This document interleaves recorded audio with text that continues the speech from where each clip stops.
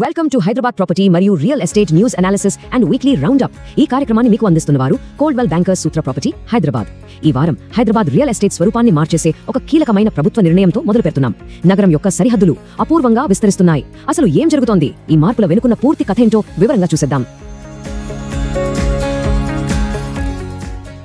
సరే, ముందుగా మనం హైదరాబాద్ భవిష్యత్తు రూపురేఖలని మార్చబోయే భారీ ప్రభుత్వ నిర్ణయాలు ఇంకా కొన్ని కీలకమైన ఇన్ఫ్రాస్ట్రక్చర్ ప్రాజెక్టుల గురించి మాట్లాడుకుందాం.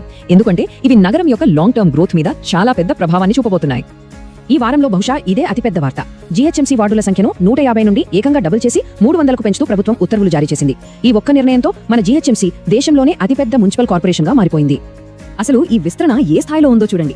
మొత్తం 27 మున్సిపాలిటీలను జీహెచ్ఎంసీలో విలీనం చేయడంతో జనాభా 1,30,00,000కు, విస్తీర్ణం 650 నుండి ఏకంగా 2,053 చదరపు కిలోమీటర్లకు పెరిగింది. అంటే ఇప్పుడు ఒక్కో డివిజన్ కు సగటున 40 నుండి 50,000 మంది జనాభా ఉంటారన్నమాట.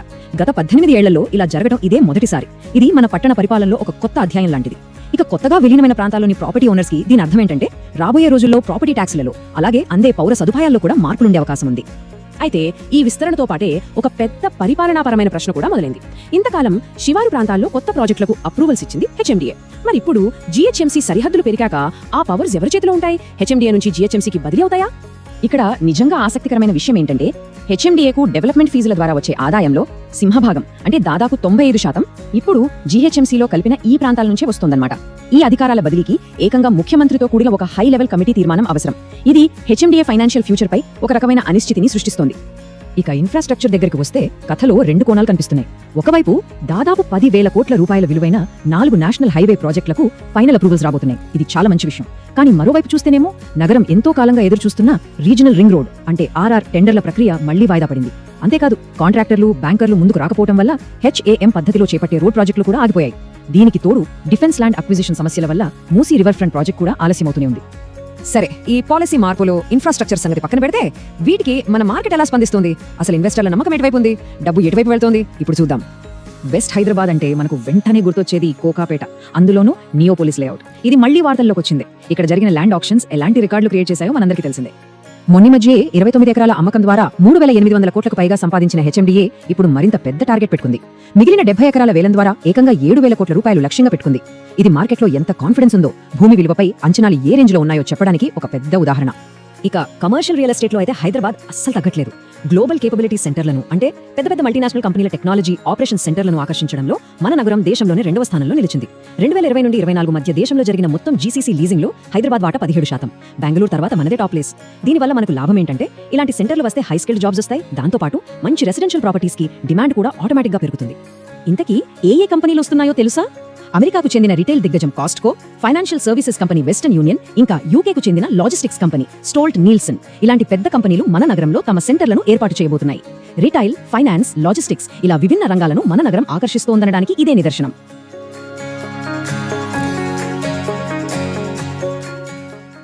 ఈ వారం ఇంకో పెద్ద డీల్ జరిగింది. అదే మనందరికీ తెలిసిన ఐకానిక్ తాజ్ బంజారా హోటల్ అమ్మకం.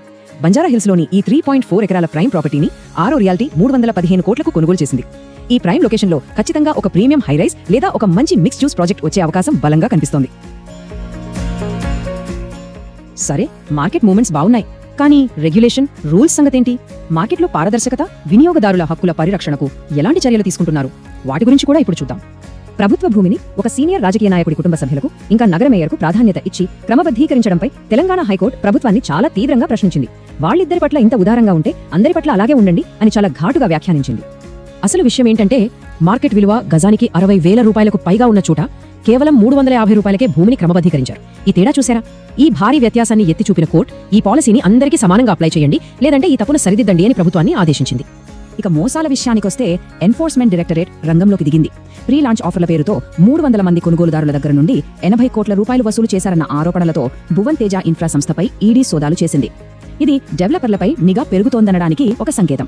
ముఖ్యంగా ప్రీ లాంచ్ ఆఫర్లను చూస్తున్న కొనుగోలుదారులకు ఇది ఒక హెచ్చరిక లాంటిది. అదే సమయంలో వినియోగదారులకు ఊరటనిచ్చే 2 మంచి తీర్పులు కూడా ఈ వారం వచ్చాయి.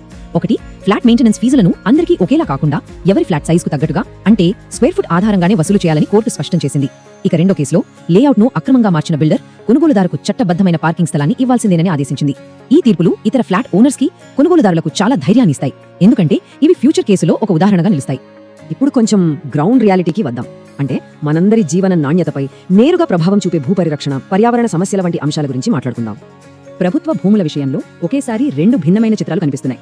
ఒకవైపు ఖాజాగూడ లాంటి ప్రైమ్ ఏరియాలో విలువైన ప్రభుత్వ భూమి మళ్లీ కబ్జాకు గురవుతోందనే వార్తలొస్తున్నాయి.